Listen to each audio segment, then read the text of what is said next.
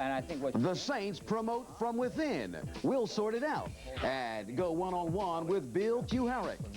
Which free agents will be back? Which ones won't? We'll ask a few what they think. We'll recap the 1993 season and spend an extended time on the bench with Buford Jordan. The final 1993 Saints Sideline is next.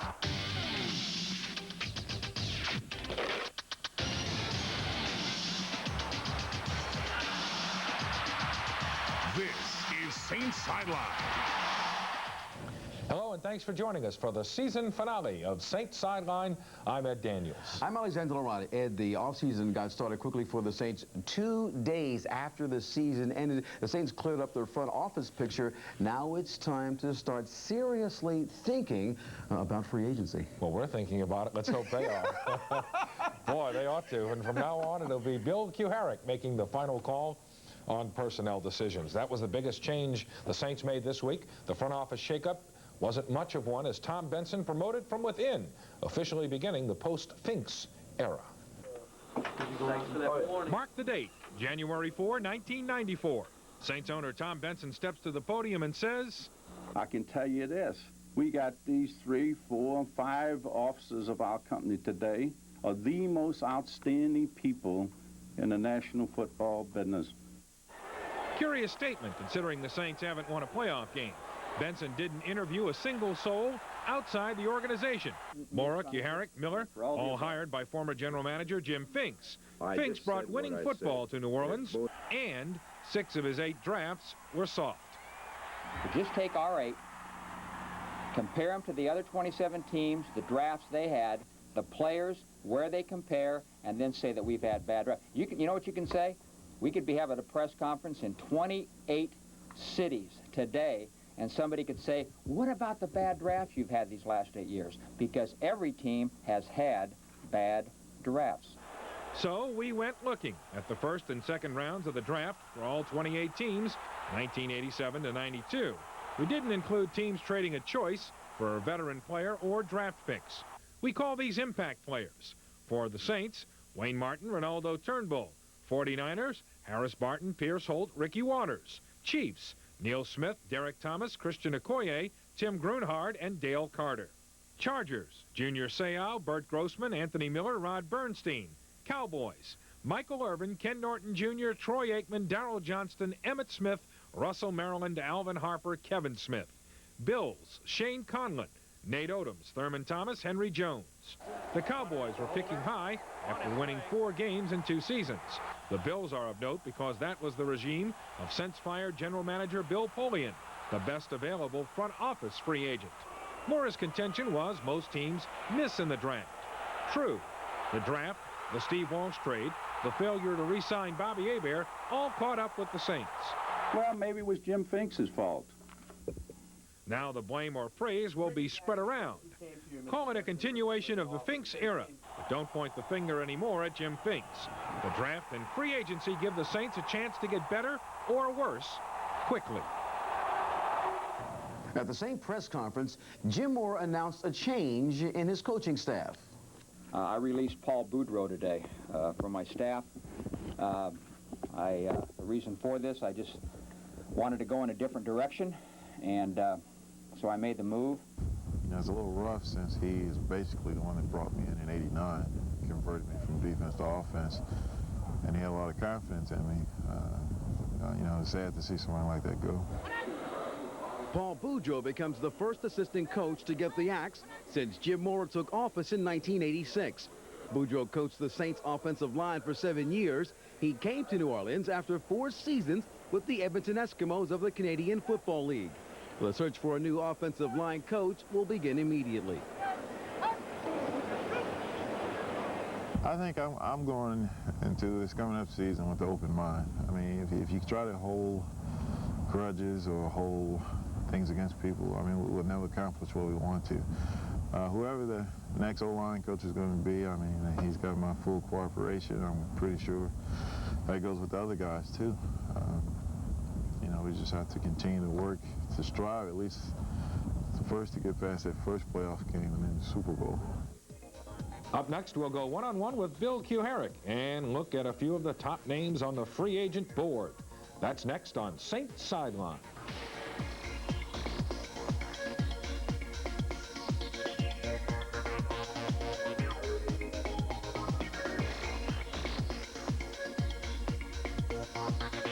Shift, the biggest winner was Bill Kuharich. The 40-year-old Illinois native had been director of player personnel for 11 years. The first 3 with Jim Mora in the USFL, the last 8 with the Saints. Now he takes a step up the Saints company ladder. He now has final say on football decisions, but hopes it never comes to that. The way that it's set up is that if a call has to be made, I'll make the call. But like I said, it's going to be a joint effort. Like it or not, Kuharich is now in the spotlight, with key calls in the draft and free agency to come.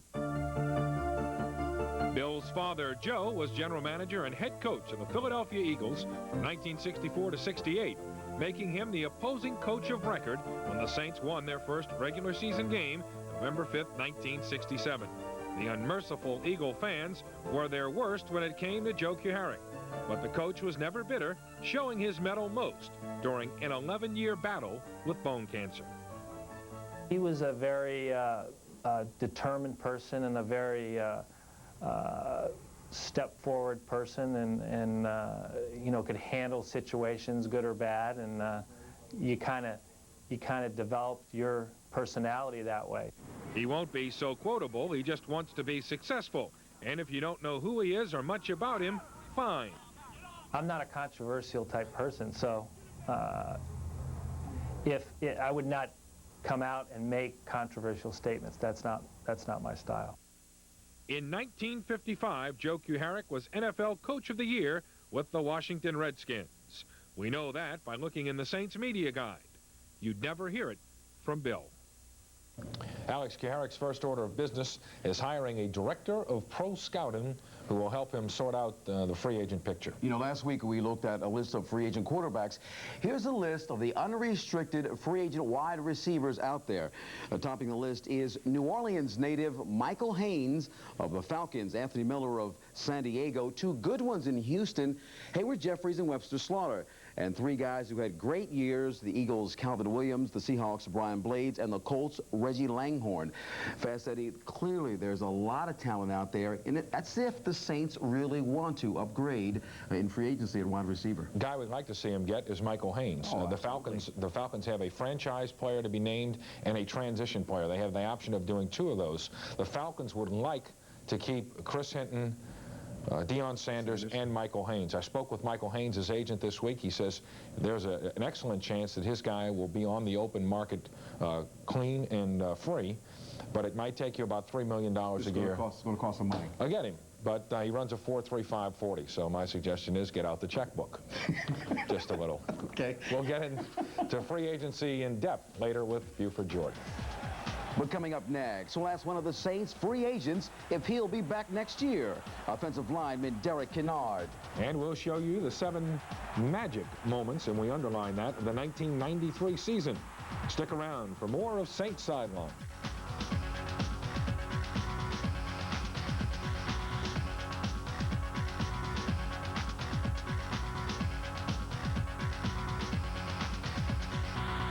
Where the Saints are definitely making changes is on the offensive line. They'll have a new coach, a new direction, as Jim Mora said. Now they'll have to make decisions on a host of free agents. 5 of the Saints' top 8 offensive linemen are free agents, including Derek Kennard. It hasn't been the smoothest of seasons for guard Derek Kennard and the offensive line. The word most appropriate would be inconsistent. Coach Mora's season-ending reaction would be the firing of offensive line coach Paul Boudreau. Kennard says in retrospect, his play wasn't that bad. I think I had a better year than I had before. The year before with, coming off the injuries in 91, I think I went through about 7 surgeries in 91, and then last year I came on and regained myself, and then this past season I did well, but I still stand for some improvement, and that will happen. A major area of decline for the offensive line this season would be pass protection. In 92, we gave up 15 sacks, and I was a part of that. And this year, we gave up quite a bit, but, you know, like I said, everything can stand some improvement. For now, the offseason remains a question for Kennard. He says Coach Mora wants him back, but until he's signed, it's still up in the air. This offseason is going to be interesting, first of all, because we have to find out who's going to be here or not. You know, myself, I don't know if I'll be here or not, but I would like to be here. And we have 22 to 24 free agents on this team, and you know, with them, you know, we think we can improve. Without them, I don't know where they stand or where we stand. But what may increase the value of Kennard is his abilities as a center, a skill that was utilized in the game against the Eagles, William the Refrigerator Perry. How did that feel for you to be in there? Well, it felt good, but I hated to step in there and play in the place of Jay Hilgenberg, you know, a perennial Pro Bowl center, but coaches asked me to step up and play that game, and at center against the Philadelphia Eagles, and I think I played well. So what's it going to take to bring you back? What's it going to take to keep you in the same color uniform? It won't take much. Well, I mean, you know, I can't put it in a dollar amount. I just say it won't take much, and we're just going to have to wait and see. Whether the Saints make changes or not on the offensive line, the Saints will have to get a lot better on offense, period, to be a better team in '94. 1993 was a disappointment on all fronts. Doug Mouton takes a look back at the 7 moments that shaped this season. The first moment came in Week 2 in Atlanta. Rookie Lorenzo Neal breaks loose on a 74-yard touchdown run. The Saints offense was on a roll. They did get a bad omen in the third quarter when Neal went down with a broken ankle.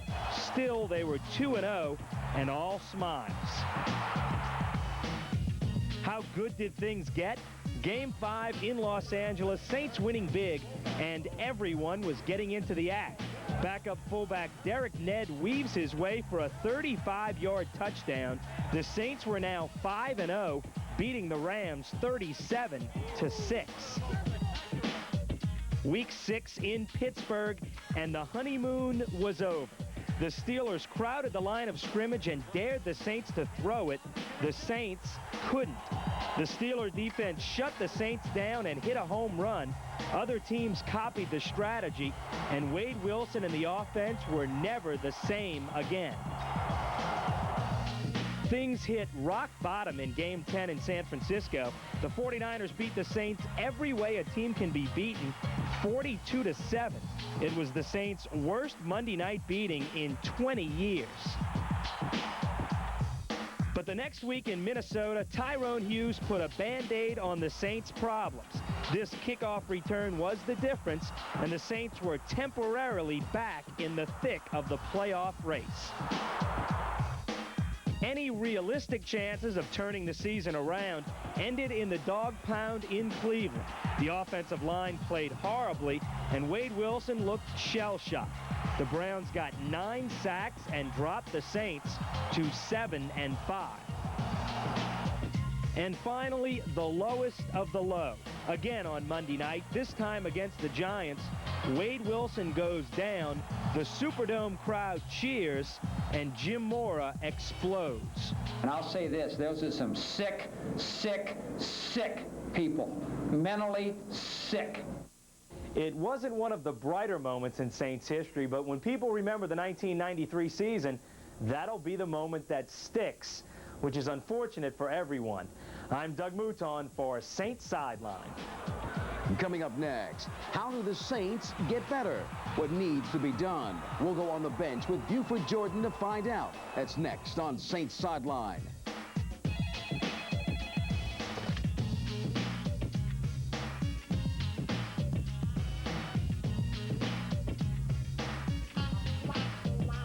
A wheelbarrow full of personal decisions to make in the next 4 months. It's now time for our expert to offer his advice as we go on the bench with Buford Jordan. Buford starting with the front office changes. No general manager. Bill Kuharich in charge of player personnel decisions. What do you think? Well, I'd like to see how it works, you know, and now especially with Mora having some input in it. He hasn't been satisfied with some of the draft choices they've picked over the last couple of years, so I'd like to see how he does in picking the talent. We've asked Buford to come up with a list of Saints free agents that this team needs to keep. Your top two, no surprise, Ricky Jackson and Ronaldo Turnbull. You figure, Munch, that they're going to do everything they can to get Turnbull back. Ricky Jackson, will he be back despite what he says? Well, I think he is. You know, I watched Jim Mora talk about it, and he said he was talking to Ricky, and they said they're going to sit down and talk. You know, these two guys are going to be definite, you know, must signs for him because, you know, they're key to the defense. You know, when all our linemen were hurt, they were still performing well, so they've got to sign those two. The next two guys you think the Saints need to sign are veterans Gene Atkins and Sam Mills. Yeah, Gene Atkins, who's a very aggressive and hard-hitting DB, is what the Saints need to keep somebody back there like that. And Sam Mills, he's just like the quarterback of the defense, you know, the guy that make the calls out on the field. So, you know, you need somebody like that. Next on the Buford Jordan, the prestigious Buford Jordan list, a few young guys. Linebacker James Williams, cornerback Jimmy Spencer, running back Fred McAfee, and cornerback Israel Byrd, a guy we've heard very little about. Why these four? We know about James Williams. What about the other three guys? Well, I just think like Fred, he's a good running back. He just hasn't had much playing time, you know, the last, you know, couple of games and stuff. And Israel Byrd just talking to guys and saying how high the coaches are on him. And who I forgot the Spencer. Oh, Jimmy, the defensive guy. I thought Jimmy played real well when he came in on third down situations, and you know I think he'd be a good backup, you know, DB for Reggie or Vince or Toy. And finally, Buford, here are four free agent offensive linemen you think the Saints need to keep at least two of them. Yeah, I do, because, you know, the thing is you don't need to break up this offensive line that's been working well together. And like I said, definitely, I think, you know, I said two of them. I think Joel Hilgenberg is definitely one because he's been in that middle for the longest. And they definitely got to sign either Chris or Kennard. Okay, we also asked Buford to come up with the Saints' biggest need areas.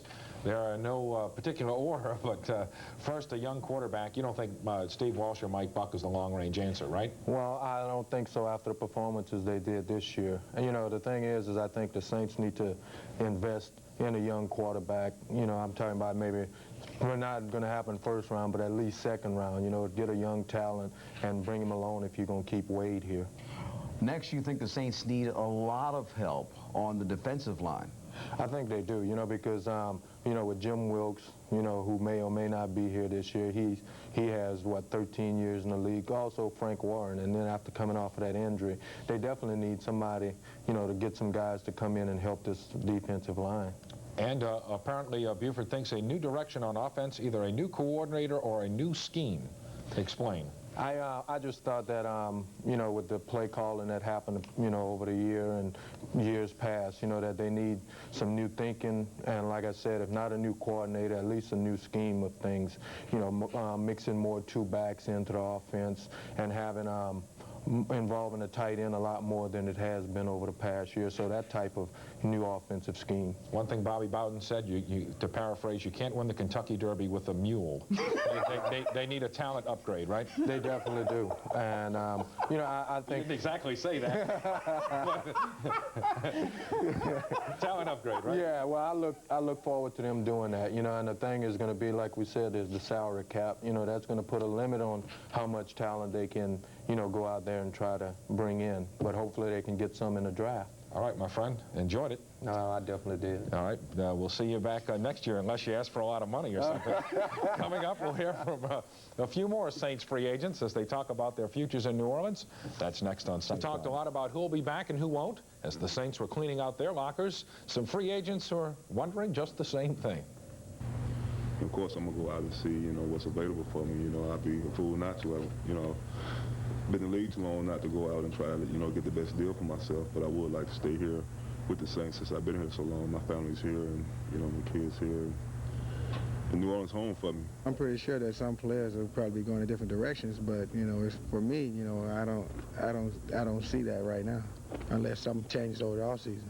It's always been a mystery to me why I didn't play, but you know, I haven't talked with the coaches yet. I plan on doing that soon, so see what their feelings are. But you know, still hasn't been, you know, told to me why or what was happening. But you know, from my understanding, that was the same thing that Craig Hayward went through when he was here. He'd play one week and not play another week, and you know, I was hoping that wouldn't be my case. You know, I expected a lot more, especially with talking with him, and it's one of the reasons I came here, and it just didn't happen. So, you know, Ed, Brad Muster's one of the biggest question marks, and he's not a free agent, but an awful lot of questions to answer in the next few months. And we'll be covering all the free agent developments on the WGNO sports page.